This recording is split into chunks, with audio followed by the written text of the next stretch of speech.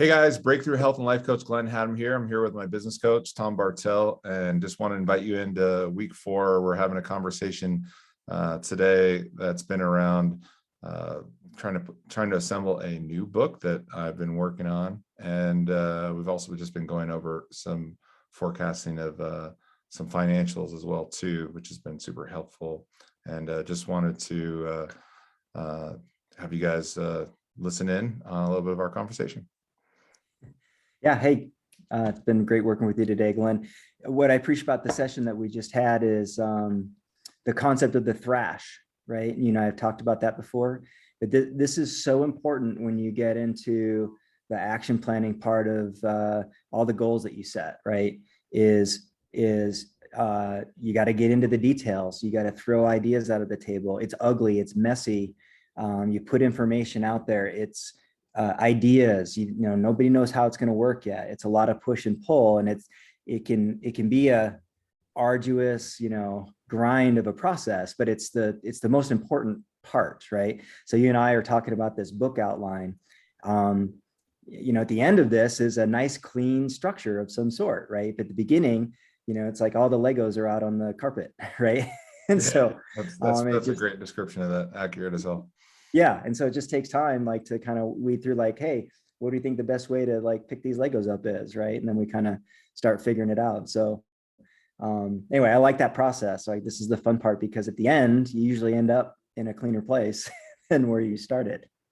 Yeah, it's definitely uncomfortable when you've got also sharing vision and having something that's, you know, it's not maybe not been here yet, or it's a combination of a few different things that you've seen, and trying to get those pieces to connect and have that connect also, you know, just in my communication with you, sharing like, hey, here's what I'm thinking, and throwing this at a whiteboard, and then also being able to receive that the thrash, the feedback, you know, of like, that doesn't make sense, or you know, just also the ride of the hits of like, oh wow, just like in a matter of like seconds, these pieces just came right into alignment, you know, like, okay, this thing's doable, like, yeah, next. Yeah. And there's a couple of things that I always find about this, and I try to be better about this kind of stuff. But you know, one is it's really helpful to disconnect your personal value and how you perceive yourself from your ideas. You know, the important part of this is you have to throw out thoughts to start to explore them and get the feedback from you or me or whoever's in the discussion as to whether, you know, that's the direction to go. And if it's not, that's okay. It's not a personal judgment on who you are and your ideas. It's just like not the thing that's gonna work right now. And part of how I get that the other direction is, you know, I'm perfectly comfortable throwing out what might end up being a cruddy idea. It's okay, right? we ruled that one out. Sometimes though, when I hear the resistance, you know, it's just our natural inclination with feedback is to sort of like reject it. It takes a bit for the brain to sort of stop and pause and kind of process that and think, okay, why is that not, you know, great? And if you get good at that, then this process becomes easier, because again, I like the idea of the thrash. It gets easy to get in there and say, okay, let's get it all out of the table. Let's poke at it. Let's cut it up, and let's see what survives. And then we all have something to move forward with.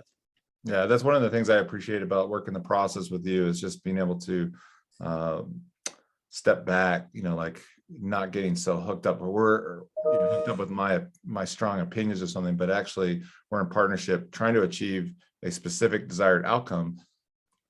Are these ideas or these steps we're taking necessary? And is there a way to alleviate tension and to alleviate unnecessary demands and steps? Like maybe there's a shortcut, maybe there's a better way to do this. And like you said, the triggered response of like, you know, my idea,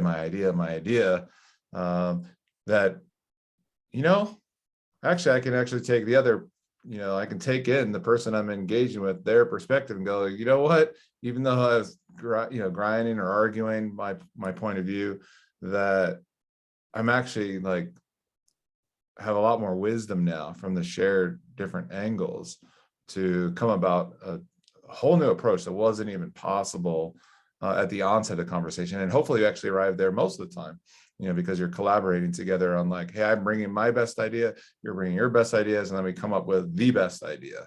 Totally. Yeah. And I love that part of the process. Like, I love that the start of the conversation, what you throw out, you could end up 180 degrees pointed the opposite direction from that idea, but you've still won the game, right? Because now it's progress. You're moving the direction you need to be. You just didn't know that yet. So yeah, it's a great discovery process for. Yeah. Well, Tom, hey, I just want to, say thank you for, the great work we did this week. I feel like we've moved the needle very far. It doesn't always do that. Sometimes the needle doesn't seem like it's moving, but we made a lot of progress in a very short chunk of time this week. And I've got a lot of homework to do, but excited about just getting these pieces knocked out. And yeah, just wanted to say thank you again for your time, and hope everyone got some value from this little short conversation. Awesome. Yeah. Until next time. Thanks, buddy. Okay. Thank you, brother.